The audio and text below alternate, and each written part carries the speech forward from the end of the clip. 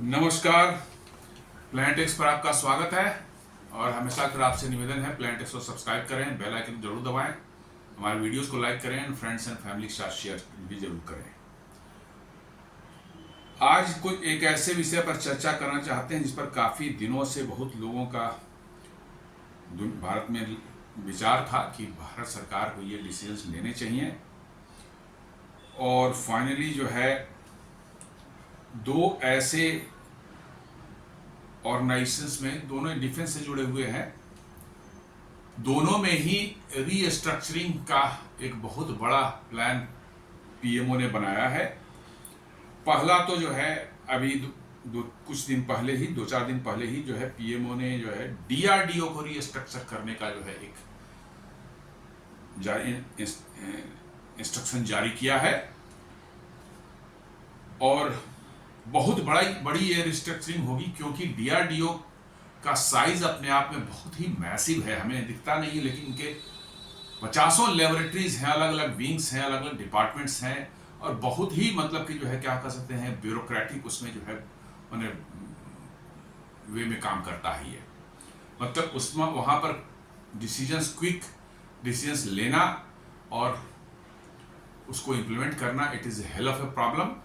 तो अभी डीआरडीओ को रीस्ट्रक्चरिंग करने का एक उन्होंने प्लान बनाया, डेडलाइन जो उन्होंने दिया है जनवरी 2026 और उसके बाद वो अभी पूरा हुआ नहीं था कि लोग और डिमांड करते हैं। एक और ऑर्गेनाइजेशन है जो डिफेंस के लिए, भारत की सुरक्षा के लिए, भारत के डिफेंस प्रोडक्शन के लिए बहुत ही इंपॉर्टेंट रोल अदा कर रही है, वो है हिंदुस्तान एरोनॉटिक्स लिमिटेड। बहुत मैमूथ टाइप का ऑर्गेनाइजेशन हो गया है, बहुत बड़ी एक ऑर्गेनाइजेशन बन चुकी है, मल्टीपल टाइप के वर्क इसके अंदर में होते हैं और काफ़ी पुरानी भी है ये।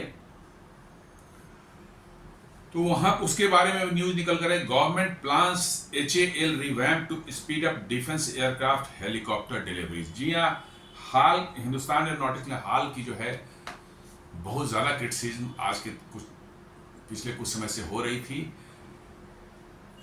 जो उनको कॉन्ट्रैक्ट मिल रहे थे इंडियन एयरफोर्स से या डिफेंस से जो है, उनमें डिलीवरीज में इतनी डिले हो रही थी। उसके बहुत से रीजन है, पूरी तरह से हाल भी इसके लिए जिम्मेवार नहीं था, कर सकते हैं हर एक चीज के लिए, लेकिन डिलीवरीज इतनी ज्यादा हो रही थी, इसको लेकर के जो है सरकार चिंतित थी, वायुसेना चिंतित थी, डिफेंस डिपार्टमेंट भी चिंतित था, हमारा मिनिस्ट्री ऑफ डिफेंस जो है वो चिंतित था। इसलिए जो है अब ये चर्चा इधर कुछ दिनों से चल ही रही थी और साथ साथ जो है पीएमओ ने एक डिसीजन ले लिया कि अब इसको रिवैम्प करने का, इसको रीस्ट्रक्चर करने का समय आ गया। बिजनेस स्टैंडर्ड रिपोर्ट करता है the government may restructure HAL as its order rise to 2.7 lakh crore to make the company faster and more efficient in building fighter jets, helicopter and engines for the armed forces।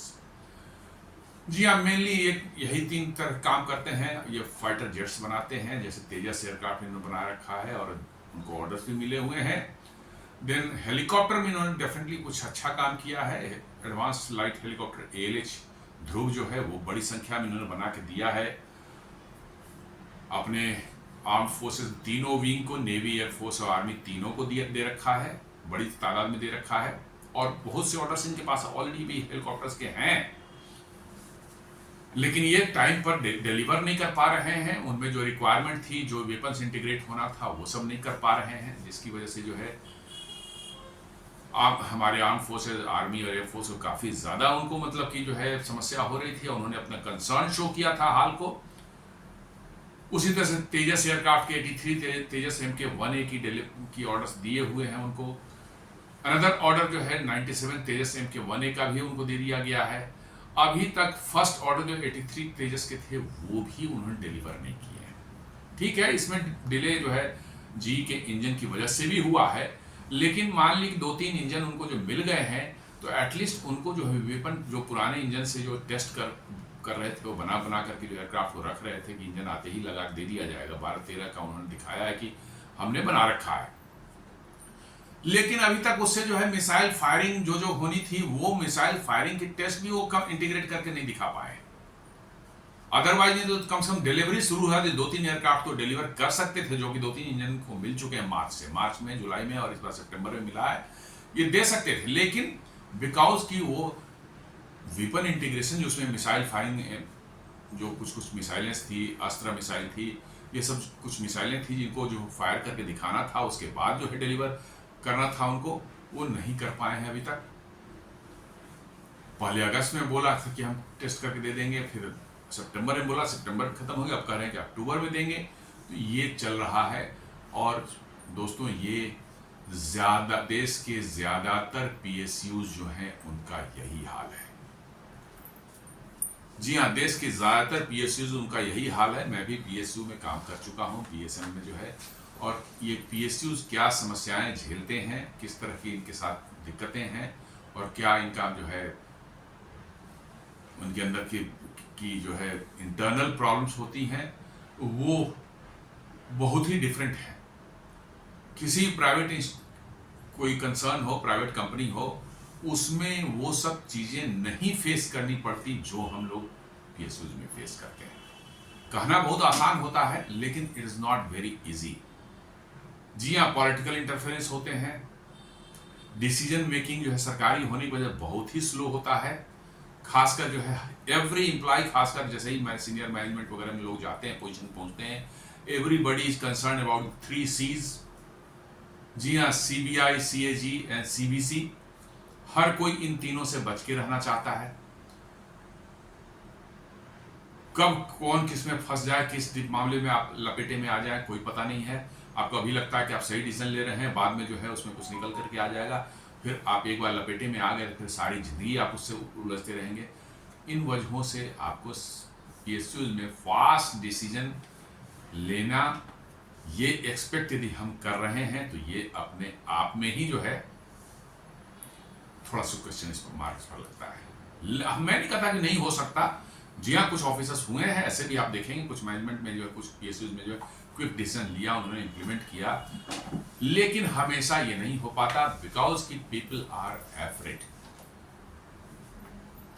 और इस कारण से जो है, plus आपके जो है मैनेजमेंट स्ट्रक्चर भी जो है इतनी रिजिड होते हैं, उनमें जरा सा भी दाएं बाएं करने का स्कोप नहीं होता है। स्कोप जरा भी दाएं बाएं आप करते हैं, आपको जज किया जाता है कि you are doing something wrong with vested interest. और इसलिए जो है वहां पर लोग जरा सा भी अपने उससे हटाना नहीं चाहते, जो लकीर के फकीर बने हुए हैं उसी पर चलते हैं, और डिले का कारण यही होता है।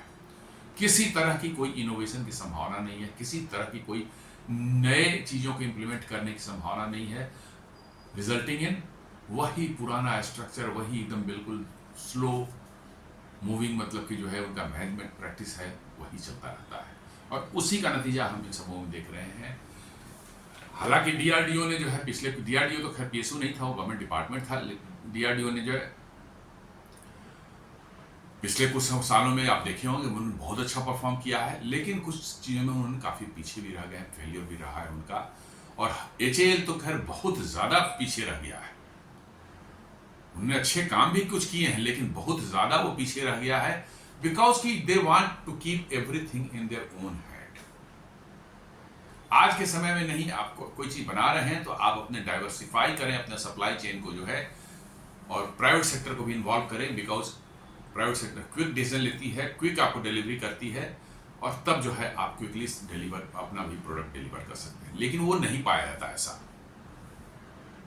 जिसके कारण समस्या होती है। तो एक न्यूज है, अप स्टॉक्स न्यूज डेस्क जो है वो बता रहा है, government mulls restructuring HAL to boost efficiency amid record order book. जी हाँ, ऑर्डर्स तो बहुत बड़े, 2.2 लाख करोड़ से ज़्यादा का ऑर्डर उनके पास में है, लेकिन ऑर्डर वो पूरा नहीं कर पा रहे हैं, इसलिए उनकी रेवेन्यू जो है उस हिसाब से बहुत कम है।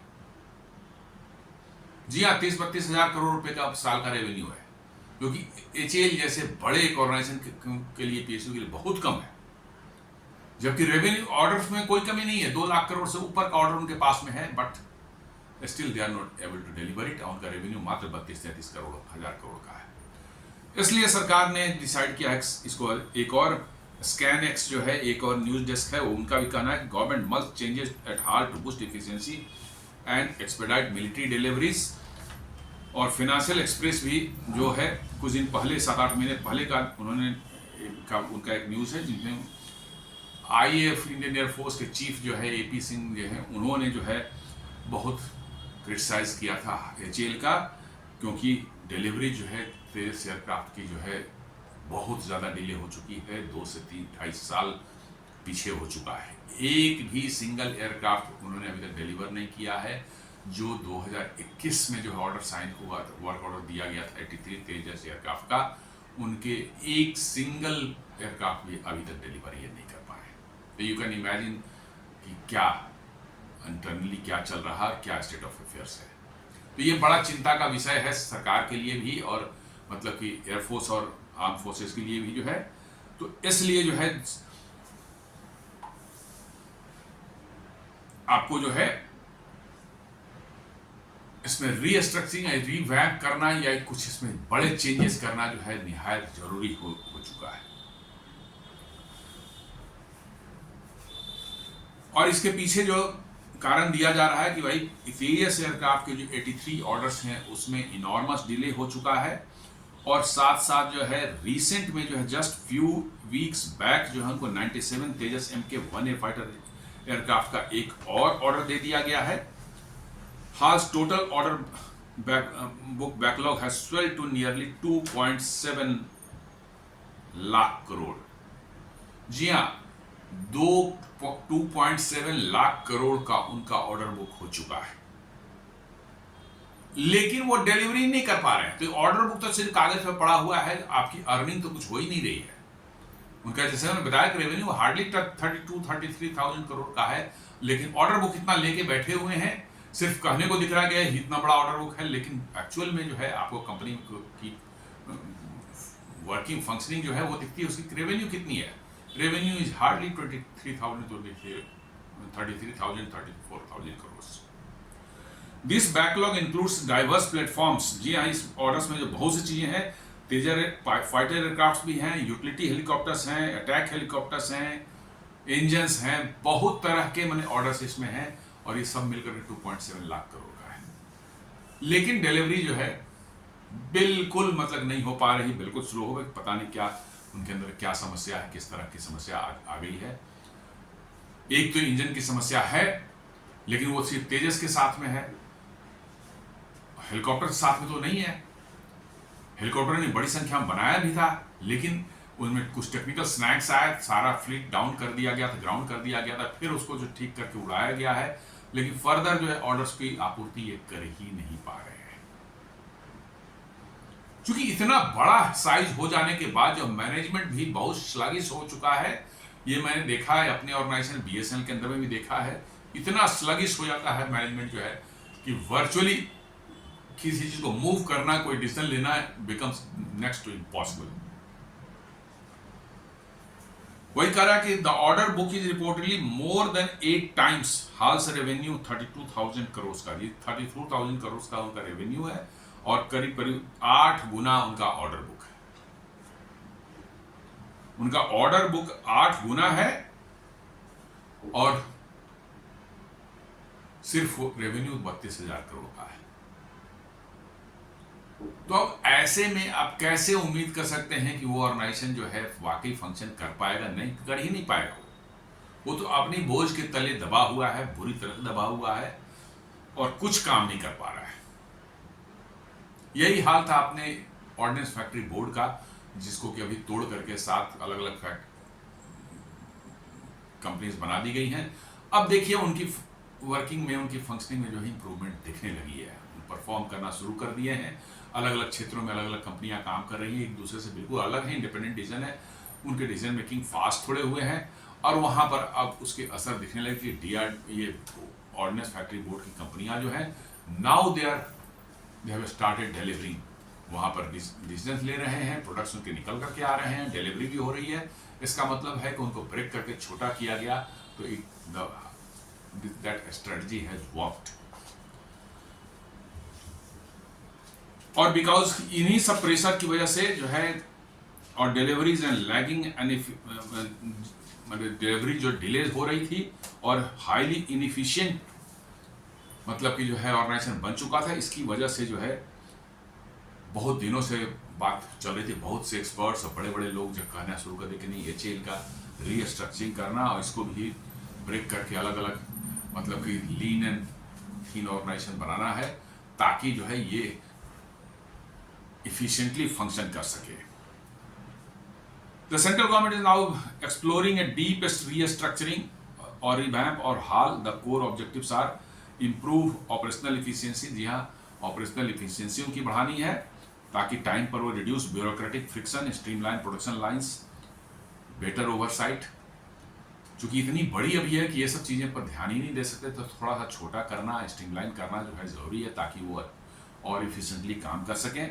Expedite military delivery. जी हाँ, जैसा कि एयरक्राफ्ट जो ऑर्डर में है, हेलीकॉप्टर्स जो ऑर्डर में हैं, इंजन्स जो ऑर्डर में किए गए हैं, उनका टाइम पर डिलीवरी हो और कॉस्ट ओवररन्स नहीं हो प्रोजेक्ट्स में जो है।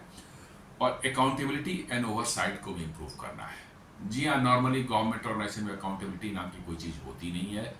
बस किया, डिले हुआ तो कोई ना कोई एक्सक्यूज उसमें दे देंगे, जस्टिफाई भी कर दिया जाता है। ये नॉर्मल प्रोसीजर है किसी भी PSU में। बड़े आराम से जस्टिफाई कर दिया था, साहब इस वजह से नहीं हुआ, उस वजह से नहीं आया, ये नहीं सामान मिला इसलिए हम नहीं कर पाए, वो नहीं सामान मिला इसलिए हम नहीं कर पाए, चाहे ये डिसीजन ऑर्डर हमको नहीं मिले इसलिए हम नहीं कर पा रहे हैं। ये सारी चीज़ें होती हैं, तो वो अकाउंटेबिलिटी और ओवरसाइट जो है उसको इम्प्रूव करने की ज़रूरत है। इसके लिए जो है एक्सटर्नल रिव्यूज़ करने की ज़रूरत है, उन पर जो है कंसल्टेंसी इंटरवेंशन की ज़रूरत है ताकि कोई एक्सपर्ट ऑर्गेनाइजेशन आकर उसको देखे, समझे, उस पर अपने व्यूज़ दे ताकि जो है कुछ चेंजेस रिक्वायर्ड है तो वो किया जा सके। इसके लिए कंसल्टिंग फर्म्स जो है उसको अपॉइंट कर दिया गया है। एक कंसल्टिंग फर्म को अपॉइंट किया गया है कि जो स्टडी करे हाल के प्रेजेंट जो स्ट्रक्चर एंड ऑपरेशनल जो उनकी जो ऑपरेशन के तरीके हैं उसका स्ट्रक्चरिंग उसको जो स्टडी करे और उसकी रिपोर्ट जो है पब्लिश की जाए। The team has started discussion with senior management to assess the company's functioning and identify the bottlenecks। जी हाँ, जो कंसल्टिंग फर्म को अपॉइंट किया गया है वो हाल के मैनेजमेंट के साथ जो है डिस्कशन शुरू कर चुका है और वो एसेस करने की कोशिश कर रहा है कि कंपनी के क्या फंक्शनिंग है, कहाँ बॉटलनेक आती है, क्यों decision making is not so efficient। The exercise is aimed at preparing a roadmap for restructuring that can help HAL meet rising demands from the military of defense। जी हाँ, पूरी की पूरी जो एक्सरसाइज हो रही है इसका मेन मकसद है कि हाल को कैसे रीस्ट्रक्चर किया जाए, जरूरत पड़े तो इसको ब्रेक करके छोटे छोटे यूनिट्स में बनाया जाए, PSUs में कन्वर्ट किया जाए ताकि हमारे डिफेंस फोर्सेस को जो है सप्लाईज और डिलीवरी जो है वो टाइम पर मिल सके, प्रोडक्शन इनका बढ़ सके और हमारे इंडिजिनस जो है इक्विपमेंट्स की रिक्वायरमेंट जो हमारे डिफेंस फोर्सेस ने दे रखी है उसको उसकी सप्लाई को जो है सुनिश्चित किया जा सके। पहले भी एक बार कुछ इस पर चर्चा वगैरह हुई थी और उसको रीस्ट्रक्चर करने का जो है कुछ ideas निकल कर गया। Plans to restructure HALs are not new। In the earlier proposal, the idea was to split the company into 3 specialized entities focusing। मतलब कि पहले भी एक बार कुछ ऐसे आइडियाज निकल करके आए थे कि भाई कंपनी को 3 स्पेशलाइज्ड यूनिट्स में तोड़ देना चाहिए। एक फिक्स्ड विंग एयरक्राफ्ट जो कि सिर्फ कॉम्बैट एयरक्राफ्ट, हवाई जहाज वगैरह या ट्रांसपोर्ट एयरक्राफ्ट जो भी है एयरक्राफ्ट बनाने वाली कंपनी हो, दूसरा एक हेलीकॉप्टर्स बनाने वाली कंपनी हो, वो बिल्कुल इंडिपेंडेंट हो, सिर्फ हेलीकॉप्टर पर वो काम करेगी, और तीसरा जो engine maintenance and overhaul services. जी हाँ, मेंटेनेंस एंड ओवरहॉल सर्विसेज एक बहुत बड़ा वर्क होता है हिंदुस्तान एरोनॉटिक्स लिमिटेड का, जो मेजर मेंटेनेंस एंड ओवरहॉल जो है हवाई जहाज जो है उड़ाते हैं एयरफोर्स वगैरह के जो है उनका काम भी जो है HAL करती है। तो ये 3 अलग अलग डिविजन्स में जो है अलग अलग मतलब कि जो कंपनियों में छोटी छोटी कंपनियों में तोड़ देकर इसको बनाने का प्लान था। However, the plan was shelved because the order pipeline was not strong enough to justify such a middle step. लेकिन ये उस समय नहीं हो पाया क्योंकि उस समय ऑर्डर बुक HAL के बहुत बड़े नहीं थे जितने के बड़े अभी आज हैं। जी हाँ, मतलब उस समय ऑर्डर बुक उतने नहीं थे, ऑर्डर बुक नहीं, इसलिए जस्टिफाई नहीं हो पाया कि भाई जो उसके पास ऑर्डर ही नहीं उस कंपनी के पास में है तो वो कैसे वो आप एक सेपरेट कंपनी बनाएंगे और कैसे सर्वाइव करेगी। लेकिन आज हिंदुस्तान एरोनॉटिक्स लिमिटेड का ऑर्डर बुक बहुत बड़ा हो चुका है। आप देखें तो करीब करीब जो है 30-35 बिलियन डॉलर का उनके पास में ऑर्डर बुक है, डॉलर्स का बुक है। यदि डॉलर टर्म देखें, रुपये के टर्म में देखें तो 2.7 लाख करोड़ का ऑर्डर का बुक है। बहुत बड़ी ये ऑर्डर बुक ऑर्डर होती है ये, इसलिए अब कहा जा रहा है कि नहीं, अब इसको शायद किया जा सकता है। अभी जो है 97 तेजस एयरक्राफ्ट की डील अभी इन्होंने दे दी गई है। Deliveries are started to begin in 2027 and extended over multiple years. जो 97 तेजस एयरक्राफ्ट का ऑर्डर अभी जो दिया गया जस्ट नाउ, इसका कहा गया कि 2027 से इनकी डिलीवरी शुरू होगी। लेकिन पहले वाला जो है 2021 वाला ऑर्डर है, वो 83 तेजस MK-1A का ऑर्डर जो है वो जो कि डिलीवर शुरू होना था जो है 2023 के अंत से या 2024 के स्टार्टिंग से, उसी का भी delivery not a single aircraft है डिलीवर्ड। एक भी एयरक्राफ्ट नहीं तो अब उसे 97 का क्या होगा आप समझ सकते हैं। इसलिए एक अलार्म बेल गवर्नमेंट के अंदर में बज चुका है। जी हाँ, चूंकि हमारे एयरफोर्स जो है अभी बहुत ज़बरदस्त स्ट्रगल कर रही है स्क्वाड्रन स्ट्रेंथ को लेकर के, जो है उनके 42 स्क्वाड्रन का उनका सैंक्शन स्ट्रेंथ है और प्रैक्टिकली जो कहिए तो 29 पर आ चुके हैं। तो बहुत बड़ा गैप हो चुका है। वो तो ले जाना चाह रहे हैं 55-56 स्क्वाड्रन तक, कहते हैं कि टू फ्रंट वार के लिए हमें 55-56 चाहिए। कम से कम 42 हो जाए, जो पुराना जो हमारा सैंक्शन स्ट्रेंथ है 42, उसी को अभी पूरा करने में लगता है 10 साल लगेंगे। तो ये एक अलार्म बेल गवर्नमेंट में बज चुका है और इसके लिए जो है ये कहा जा रहा है कि जब तक मतलब कि जो है HAL नहीं इसमें बड़े संख्या में तादाद में जो है एयरक्राफ्ट बनाएगा तब तक सुधर नहीं सकता ये situation. Earlier hall had a contract of for 83 MK-1A units or preceding variants whose deliveries has not been completed on time. A recent report, none of the 83 older Mark 1A units have been handed over to the IAF. जी हाँ, एक भी नहीं मिला है अभी तक। अब देखें अक्टूबर में कहा, अक्टूबर में भी मुझे डाउट है कि वो दे पाएंगे, क्योंकि अभी तक कल तक जो है आज तक जो है इनकी जो है जो मिसाइल एसेंशियल जो है मिसाइल फायर कुछ मिसाइलों की फायरिंग करके टेस्ट करके दिखाना था कि इट इज़ वर्किंग, वो अभी नहीं कर पाए ये। सिमिलरली जो है इनके जो है एडवांस लाइट हेलीकॉप्टर जो है आपको जो प्रचंड है उसके भी 156 के ऑर्डर्स इनको मिल चुके हैं, बट अभी तक वो जो है उसके साथ जो है helicopter launch anti tank guided missile की टेस्टिंग फायरिंग करके इन्होंने नहीं दिखाई है, अभी तक नहीं दिखाई है, जबकि उसको बने हुए कम से कम 7-8 साल हो चुका है। आज तक वो नहीं कर पाए हैं। उसमें सिर्फ वही टर्रेट माउंटेड गन है और रॉकेट फायरिंग पॉड्स है, दैट्स ऑल। और कुछ air to air Mistral missile जो छोटा सा शॉर्ट डिस्टेंस का फायर कर सकते हैं। उसका सबसे बड़ा रोल होता है एंटी टैंक गाइडेड मिसाइल, जब वो फायर कर सकता है तभी वो आपको जो है ग्राउंड सपोर्ट जो है, जब एक वार होती रहती है तो उसमें ग्राउंड सपोर्ट के लिए उसकी जरूरत पड़ती है, दुश्मन के टैंक्स वगैरह को जो है रोकने और उनको ध्वस्त करने का काम है, उसके लिए एंटी टैंक गाइडेड मिसाइल चाहिए। 7 साल से ऊपर हो चुके हैं उनको बने हुए, अभी तक वो anti tank guided missile helicopter से फायर करके वो दिखा नहीं पाए और इसलिए उसकी भी डिलीवरी रुकी हुई है।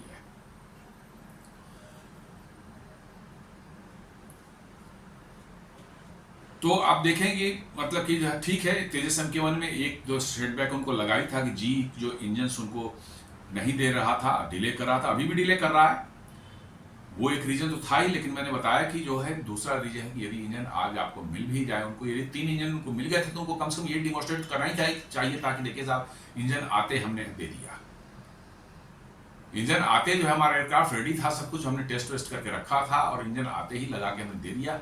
वो नहीं कर पा रहे हैं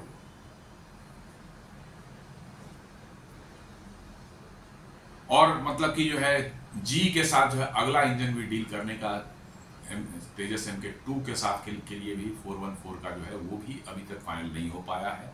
पता नहीं वो प्रोजेक्ट कहाँ जाएगा। जब ये प्रोजेक्ट का ये हाल है तो उसका क्या होगा आप अंदाजा लगा सकते हैं। जबकि जो है प्राइवेट प्लेयर्स भी अब तेजस MK-1A के प्रोडक्शन में जो है हिस्सा ले रहे हैं, जैसे कि VEM technologies has hand over the first central fuselage for the MK-1A, showing increase private sector involvement. उसके जो फ्यूजलाज के अलग अलग विंग्स जो है LNT बना रही है, मिड सेक्शन जो है फ्यूजलाज का जो है VIM टेक्नोलॉजी बना रही है, डेटामेटिक्स भी जो है वो शायद फ्रंट फ्यूजलाज बना रही है। ऐसा बहुत सी कंपनियां उसमें इन्वॉल्व हुई है, लेकिन अल्टीमेटली जो है प्रोडक्ट निकल करके आ नहीं रहा है। अब ये पूरा का पूरा HAL management blame game shifting पर है, कोई जी पर फेंकता है, कोई एयरफोर्स को कहता है, हर तरह की बातें हो रही हैं, but ultimately products are not coming out. इसलिए जो लगता है PMO ने कहा कि बहुत इनफ इज इनफ, अब इस पर कुछ ना कुछ करना ही पड़ेगा। तो जैसा मैंने बताया कि लाइट कॉम्बैट हेलीकॉप्टर प्रेजेंट का भी वही हालत है, 156 के ऑर्डर्स मिले हैं, बट अभी तक जो है बिकॉज उसमें जो है अभी तक ये इंटीग्रेट ही नहीं कर पाए हैं आपको ये जो है एंटी टैंक गार्डियन मिसाइल जो है उसकी फायरिंग करके उन्होंने शो नहीं किया है। इसकी वजह से जो है एयरफोर्स या आर्मी जो है करेंगे नहीं। जब तक ये नहीं होगा तो हम लेंगे क्या? उसी के लिए तो ले रहे हैं, और वही चीज़ आप में नहीं है। सिर्फ हेलीकॉप्टर उड़ाने के लिए थोड़े लिया जा रहा है, उससे जो है वेपन फायर करने के लिए लिया जा रहा है, और वेपन आपने इंटीग्रेट ही नहीं किया इससे। और इसमें किसी तरह का एक्सटर्नल इंटरफेरेंस जो है जैसे जी का जो इंजन का इशू है तेजस एयरक्राफ्ट के लिए, वो इसमें नहीं है। इसके इंजन्स भी यहीं बन रहे हैं, हेलीकॉप्टर भी यहीं बन रहा है, और जो मिसाइल है एंटी टैंक गार्डियन मिसाइल वो भी यहीं बन रही है। सिर्फ उनको इंटीग्रेट करके आपको फायरिंग करके दिखाना है। इसका मतलब ही है कि HAL के अंदर में बहुत ज़्यादा इंटरनल कंट्राडिक्शंस है। अलग अलग डिपार्टमेंट्स हैं जो एक दूसरे से कोऑर्डिनेट नहीं करते, एक दूसरे से उनका जो है स्मूथ जो है वर्किंग रिलेशनशिप नहीं है, और मैनेजमेंट जो है वो हेल्पलेस हो चुकी है शायद इसको रिजॉल्व करने के लिए जो है। क्योंकि ओवर द ईयर्स बहुत बड़ा ये ऑर्गेनाइजेशन बन चुका है, और बहुत बड़ा ऑर्गेनाइजेशन हो जाने के बाद खासकर PSU के अंदर में आप देखेंगे मतलब इस तरह की समस्याएं आपको आ जाएंगी, क्योंकि इतने नंबर ऑफ स्टेप्स बीच में इन्वॉल्व होते हैं डिसीजन मेकिंग में, या कोई काम करने के लिए आपको डिसाइड करने के लिए जो है कि उसमें हर स्टेप पर कोई ना कोई जो है आपको लफड़ा होगा, आपको फंसेगा ही फंसेगा। और exactly that is happening with HAL।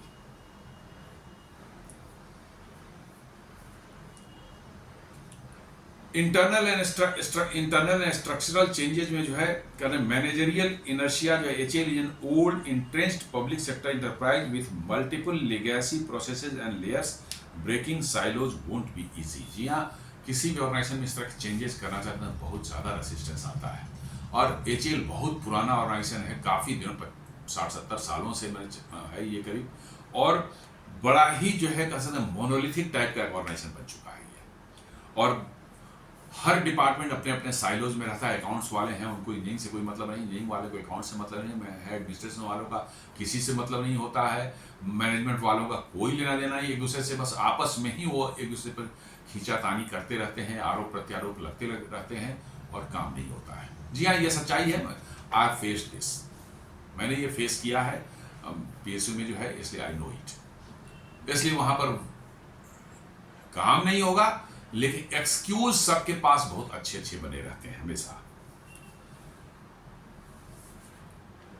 Restructuring needs change management, shifting mindset, upskilling employees to match new unit structures। जी हाँ, थोड़ा सा मैंने चेंज करके जो है शायद छोटे छोटे टुकड़ों में अलग अलग स्पेशलाइज्ड मतलब की जो है यूनिट्स में डिवाइड कर देने से लोगों का की सोच में थोड़ी बदल आएगी। They will be more focused, क्योंकि उनको क्या बनाना है। आज इतनी चीज़ें HAL को बनानी है कि शायद उनका मैनेजमेंट को पता ही नहीं है कि हम क्या क्या चीज़ें बना रहे हैं, और इस पर हमको फोकस करना है, क्योंकि दसियों तरह की चीज़ें बना रहे हैं। वो ड्रोन बनाने में लग जाते हैं, वो हेलीकॉप्टर बनाने में लग जाते हैं, डोर्नियर एयरक्राफ्ट बनाते हैं, तेजस बनाने लग जाते हैं, तेजस MK2 का काम शुरू करते हैं, कहते हैं हम एमका का भी काम करेंगे। और इस तरह के मैंने कुछ का नाम लिया, दसियों इंजन बनाएंगे, सब कुछ बनाएंगे, everything they want to make everything, अब बनाएंगे कुछ भी नहीं अल्टीमेटली। इसलिए जो है लीन एंड थीन जो ऑर्गेनाइजेशन होती है, उनको बना करके उनका एक लिमिटेड कुछ आइटम्स बनाने का उनका फोकस रहना चाहिए, और यही चीज ऑर्डिनेंस फैक्ट्री बोर्ड में किया गया है। कुछ खास चीजें भी आप बनाएंगे और उसी पर आप फोकस करेंगे, आप उनकी परफॉर्मेंस देखिए, इट हैज स्टार्टेड मतलब कि जो है शोइंग द रिजल्ट्स। HAL को भी वही करना चाहिए कि भैया नहीं, हर चीज आप नहीं बना सकते। कोई भी मैनेजमेंट कोई कहे कि हम हर चीज बना लेंगे, no, it is just not possible. आपको कुछ खास चीज़ों पर ध्यान देना, फोकस रहिए और तब कीजिए, तो आपके यहाँ उस पर R&D हो सकता है, इनोवेशन हो सकता है, लोगों का जो है फोकस है, क्या पता रहता है कि हम कर क्या रहे हैं,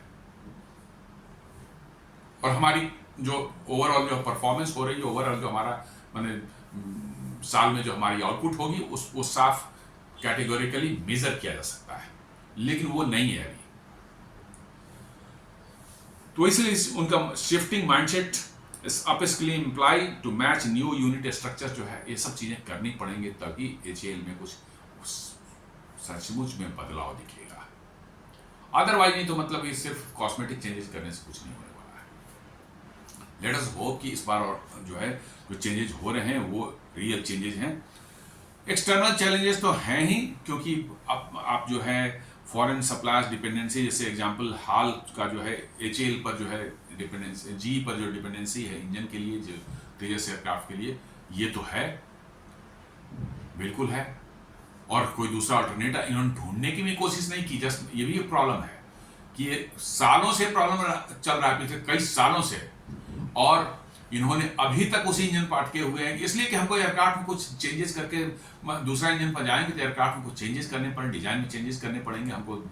अरे डिले तो ऑलरेडी कर चुका है, हो चुका है। यदि पहले आप डिसीजन ले लेते कि G404 छोड़ो, हम दूसरा इंजन सेलेक्ट करते हैं, मार्केट में जो अवेलेबल है देखते हैं, उसको हम लेते हैं, और तब तक अब करते तो हो सकता है अब तक जो आपके डिजाइन चेंजेस भी हो जाते हैं, लेकिन ये बस उसी पर स्टिक करके रह जाते हैं। एक उन्होंने प्रोडक्ट बना लिया है, उसमें कोई चेंज नहीं करना चाहते, और वो जी के साथ चिपके हुए हैं, और जी जो है इनको चूना लगा रहा है, और अमेरिका अब देने वाला नहीं है, ये बात जान लीजिए।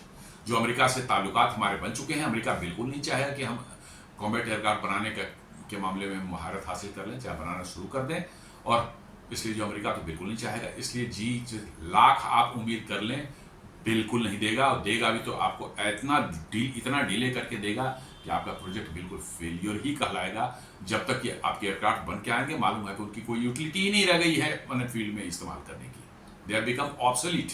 जी हाँ, और ऑलमोस्ट यही हम लोग पहुंच गए हैं। ये एयरक्राफ्ट अभी से 15 साल पहले जो है एयरफोर्स को मिलने चाहिए थे, बन जाना चाहिए था, हम लोग अभी दे रहे हैं एयरफोर्स को। अब इसकी यूटिलिटी इतने छोटे एयरक्राफ्ट की जो है, और इतना जिसका कम इतना कॉम्बैट रेडियस है, because of its size it cannot carry more fuel, it cannot carry more weapons. तो इसकी यूटिलिटी आज स्टैंड ऑफ वेपन आप मारते हैं 500-500 किलोमीटर, 600-600 किलोमीटर की दूर की, वैसे लड़ाई लड़ी जाती है। आपने ऑपरेशन सिंदूर में देखा, बिना पाकिस्तान में इंटर किए ही जो है आपने इतनी बड़ी बड़ी मिसाइलें ब्रह्मोस और स्कैल्प वगैरह यहाँ से भारत की सीमा में रहते हुए मारी कि वो जाकर कहाँ कहाँ 300-400 किलोमीटर दूर जाके गिरा, और उनको जो है वो सब वेपन जो है इसमें लग नहीं सकते, बिकॉज की स्मॉल एयरक्राफ्ट बनाया गया था, डिजाइन किया था 83 में, स्टार्ट किया गया था 90s में स्टार्ट हुआ था बनना इसका। उस समय छोटे एयरक्राफ्ट की रिक्वायरमेंट थी, बड़े बहुत भारी वेपन्स और दूर तक मार करने वाले वेपन्स की जरूरत भी नहीं होती थी। तो अब जब तक आप बनाएंगे तब तक तो मालूम हुआ कि आपका जो है इसकी यूटिलिटी खत्म हो जाएगी, ये सच्चाई है। प्राइवेट सेक्टर पार्टिसिपेशन इसमें करने की जरूरत है। Encouraging private firms to take up manufacturing roles in is vital, but their willingness depend on assured contracts, risk sharing and viable margin. जी हाँ, सबसे बड़ी दिक्कत है कि हमारे प्राइवेट मतलब कंपनियां डिफेंस क्षेत्र में, बड़ी प्राइवेट अब तो बहुत उससे आए हैं, लेकिन फिर भी वैसी कंपनियां जो हवा एयरक्राफ्ट बनाने वाली कंपनी के पोजीशन में हो, अभी तक नहीं है।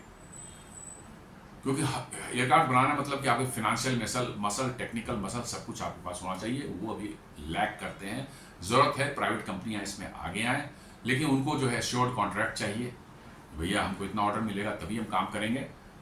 लेकिन वो सब जो है रिस्क शेयरिंग भी वो करने का चाहते हैं कि भाई सरकार भी या गवर्नमेंट भी हमारे साथ रिस्क शेयर करे, यदि कोई चीज़ फेलियर होता है तो उसके कुछ रिस्क जो है वो सरकार भी शेयर करे, वो सब चीज़ें वो चाहते हैं। लेट अस सी कि आने वाले समय में कैसे हो, बट बिना प्राइवेट सेक्टर के इन्वॉल्वमेंट की जो है ये काम आगे नहीं बढ़ने वाला है। HAL है शोन की भाई मतलब PSUs के अंदर में रह करके ये काम नहीं हो सकता।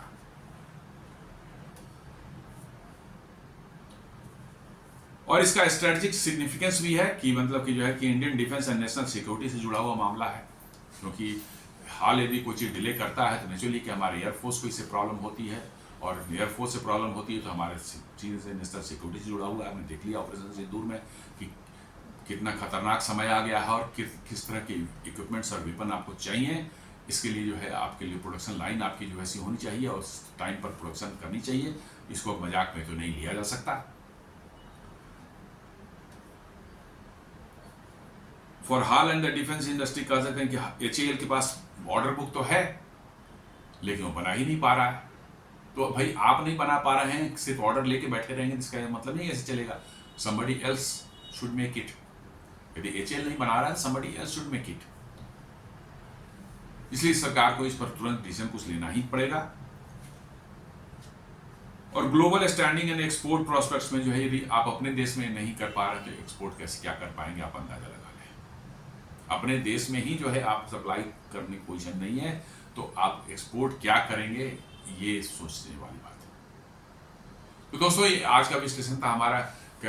सरकार ने डिसीजन, गवर्नमेंट ने, PMO ने डिसीजन लिया कि हिंदुस्तान एरोनॉटिक्स लिमिटेड का रीस्ट्रक्चरिंग करने का उन्होंने प्लान किया है, जो कि बहुत वेलकम स्टेप है।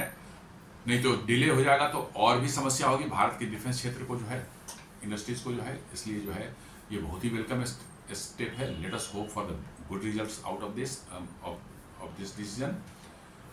उम्मीद करता हूँ वीडियो आपको पसंद आया होगा। हमारे वीडियोस को लाइक करें, फ्रेंड्स एंड फैमिली के साथ शेयर करें, हमारे चैनल को सब्सक्राइब करें और बेल आइकन दबाना बिल्कुल नहीं भूलें। धन्यवाद।